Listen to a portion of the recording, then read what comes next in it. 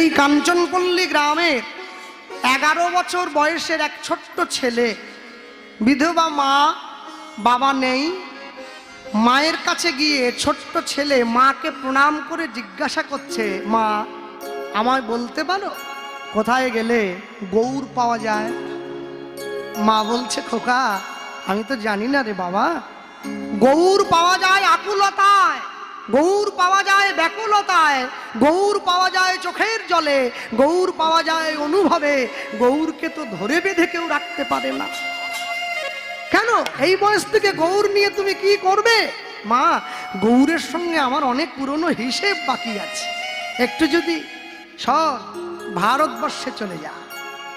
নবদ্বীপ বলে একটা স্থান আছে, আমি শুনেছি কলিযুগের ভগবান সেইখানেই নাকি জন্ম নিয়েছে। মায়ের চরণে প্রণাম করে ছেলে চলে আসছে। গৌর